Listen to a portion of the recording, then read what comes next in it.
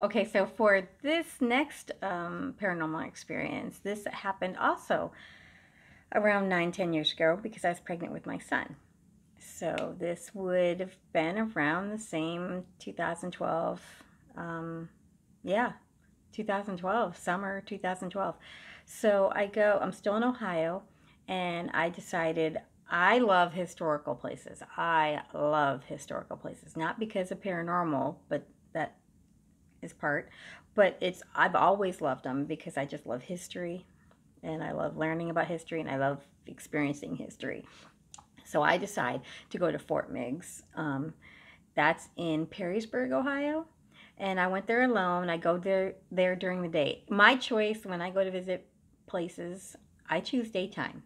I just like daytime because if there's ghosts and spirits and things like that, believe me, they don't nap. They don't sleep during the day and come out at night. They're there during the day. They're there at night. You don't have to be or go places at night. So um, I go there. I go through, and you can Google Fort Meigs in Perrysburg, Ohio. It's where part of the battles of 1812 happened. Um, so it's a fort. The original fort isn't there, but they built a replica, a life-size replica on the same area. So it's one of those four-post wooden forts. So, and it's turned into a museum. So I go and I pay my ticket and I walk over to the big wide gate and I walk through and I'm like, where do I go? It's a big, huge open field fort and you just walk wherever you want to. So I decide, you know what, I'll make a right and just do a big walk around that way. So I went to the first post. I don't even know what you call them. Anyway, I go to that because I saw some people coming out of it, and I decided, hey, I'm gonna walk inside. So I go to the first one, and it's a little museum set up, and they have this diorama of what the fort looked like with at that time in 1812, and it was beautiful, and it was under glass. It was a glass table, and where the water was, where the enemy was, all that. So I walk in, and there's some tourists walking around it. They had other things in the room too, but that was what I remember the most. Little historical maps, maybe, and things like that, talking about it.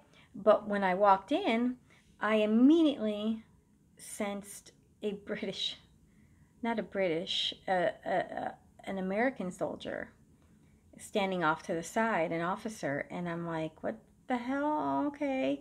So I'm trying to ignore him really, but because I want to experience, and there's tourists in the room. I don't really want to look too weird while I'm trying to enjoy myself. So they're just walking around looking. The tourists are just walking around looking at stuff.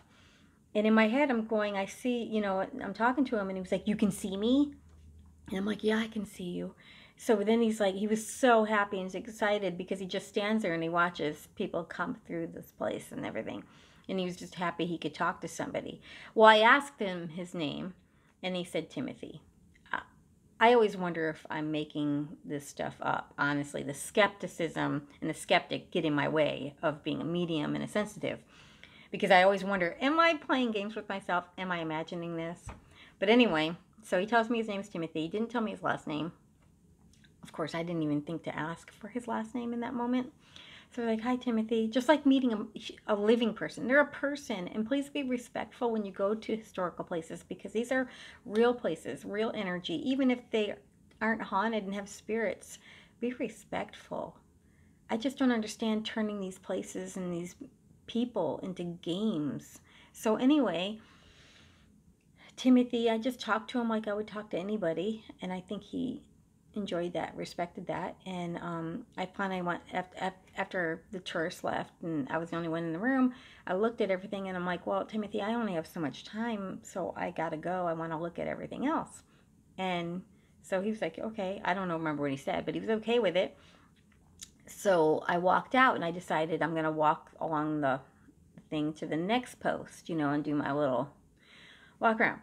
So as I'm walking away, I could feel him in the doorway. I could feel him watching me. And I turned around almost like I was expecting to physically see with my eyes him. I didn't. I turned around, but I didn't see him. But I could tell he was standing in the doorway. So I told him bye and everything. So I kept on walking, and I'm walking. It's a big fort. I mean, it's not huge, huge, but I mean, it's big. So I'm walking, just enjoying, like, that was nice. And all of a sudden, I could hear women in my head just chit-chatting to the point where it almost felt like it became a channeling session, and I'm not a channel. I don't choose to channel if I can help it. It's just I don't like anybody else inside of me. This is mine, and I like to stay in control. But all of a sudden, I started talking. Nobody was around me. I would never do it with people around me. But I started talking like these women, and some had accents, some didn't. But I remember talking, like, and I'm like, what the hell is going on right now? Like, they're just talking, it's like I walked through a tea party or something. I walked through a women's meeting and in my head, I'm going, what the hell is going on? There's no women here. Why am I hearing women? Why are women talking through me? What the hell? No women were here. You know, little did I know. So anyway, I get through that veil or cloud or whatever, or actual maybe spirit women that were there. I don't know. Sometimes I tend to put blinders on. I don't know why. Instead of fully embracing the moment, I go, okay, that's enough. Okay, it might be my ADHD where I'm like, okay, I need to get to my next spot. I need to do my next thing, and I don't fully embrace what's happening in the moment. And so anyway, I get to the next post, and I walk inside, and immediately there's a museum about the women of the fort. What? I almost fell over. I didn't have anybody to talk to. I couldn't explain to anybody what I just experienced. I just about lost it. I had no idea. I don't know why I had no idea, but I really had no idea that there were ever any women at Fort Meigs. Makes sense because, you know, wives and family and everything, and laundry and the stuff that men won't do. But I, for some reason, wasn't thinking. So I was like, whoa, I can't believe that just happened to me. So it went into that, and they had just like a museum. They had the ironing. They had the pup tent that soldiers slept in. It was like a hodgepodge of different museum artifacts and everything, but that still blew my mind. It still blows my mind. I still don't fully understand that. That's cool. I just love that validation for me. Whether that's really any proof to anybody else, it doesn't matter, because I know that I didn't create that. I know I didn't go in and know that. So enough for me. So I leave that one and I start walking to the next one. Nothing happened.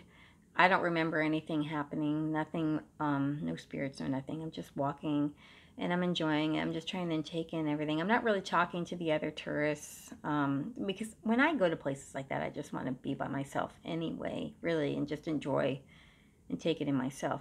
So I remember going to the third post, and I don't remember anything about the third post. So nothing must have happened there. I mean, I don't remember anything.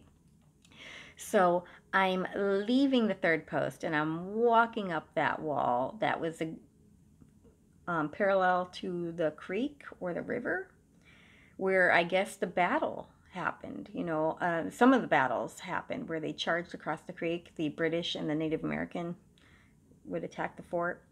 Anyway, I'm walking along there, and there's another little building along that wall in between the posts. And I walk inside, and it was filled with men. It felt like I was in the middle of a battle. All of a sudden, I had anxiety. My energy level just went through the roof, like I was having a panic attack. I felt like I was feeling what they were feeling in the moment of the battle, and they were all like talking and everything, and they had these little slits in the wood where they would put the rifles out and shoot. you know, the muskets and shoot at them. So I decided, because they weren't focused on me at all. I don't even know if they saw me or even cared if I was there. They were in that moment of fighting and battle, and I just remember a lot of chaos in that room.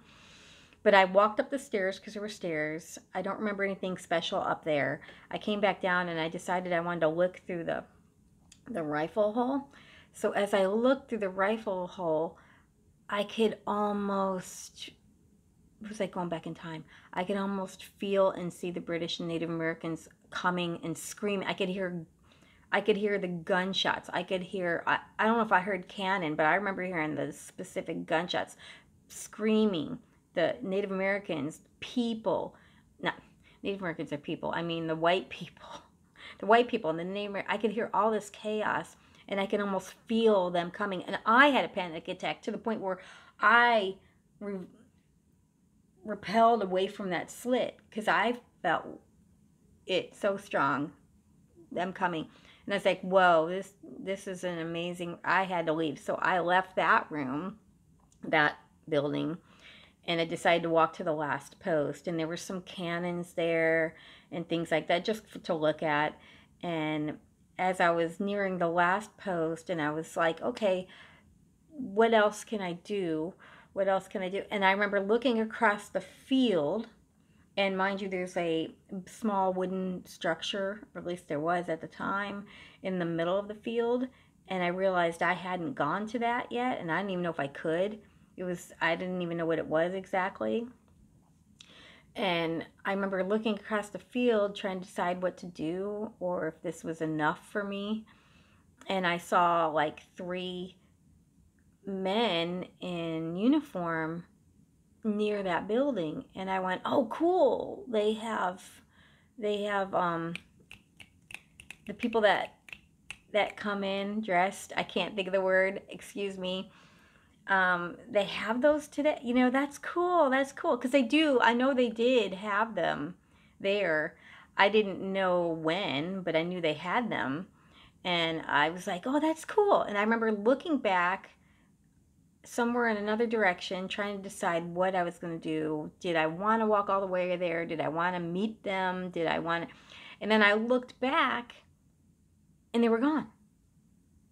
And I never, ever, ever, ever thought they were anything but people, living people. They looked just like real people. So I thought, okay, well, maybe they went inside that building. So I'm like, that's cool. I'm going to go. Because one of them, I remember, had a drum. I remember one of them had a drum. I think the other 2 just had, they were holding rifles or something. They were so far away. And it was so long ago. But I do remember one having like a drum in front of him. So, and they were looking off to the creek, by the way. They seemed, whatever they were talking amongst themselves, they were looking in the direction of the battle that I had felt. Anyway, so I'm like, well, I'll go. What the hell? I mean, why come all the way there and not go to everything? I mean, so I walk all the way across to this little wooden shack, and it had like little tools on the outside, things like that. And I didn't even know if I could go inside. But I decided it didn't say I couldn't. So I opened up the door, and there's this one guy inside, and he wasn't in a uniform. He was just some guy, and it looked like it was supposed to be a smithy. It was supposed to be, you know, that it had all that kind of stuff inside, all that historical stuff. And he's standing there, and I remember chit-chatting, talking to him. I don't remember exactly what I said, but I mentioned to him what do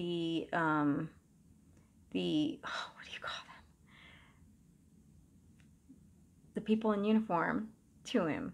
And he just looked at me like, what? He just looked at me. He gave me that look like he knew what I was talking about. And he'd probably heard it before, but he didn't want to go there. Like, and he just looked at me and he went, we don't have any today. We only do those for special occasions. And people dressed up in old-timey clothes. I can't think of the names for them anyway. And I went, oh, okay. And in my head, I knew immediately. I just saw spirits. but I didn't want to have that conversation with him, and he looked like somebody who did not want to have that conversation with me.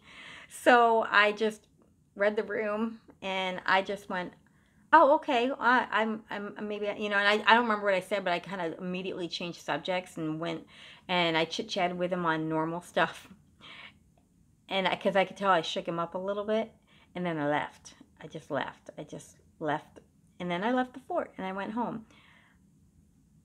Yeah, that was interesting. So, sometimes I forget that, and I when people go, "Have you ever seen ghosts?" I go, "No," because I forget things like that. So yes, I guess I have seen ghosts.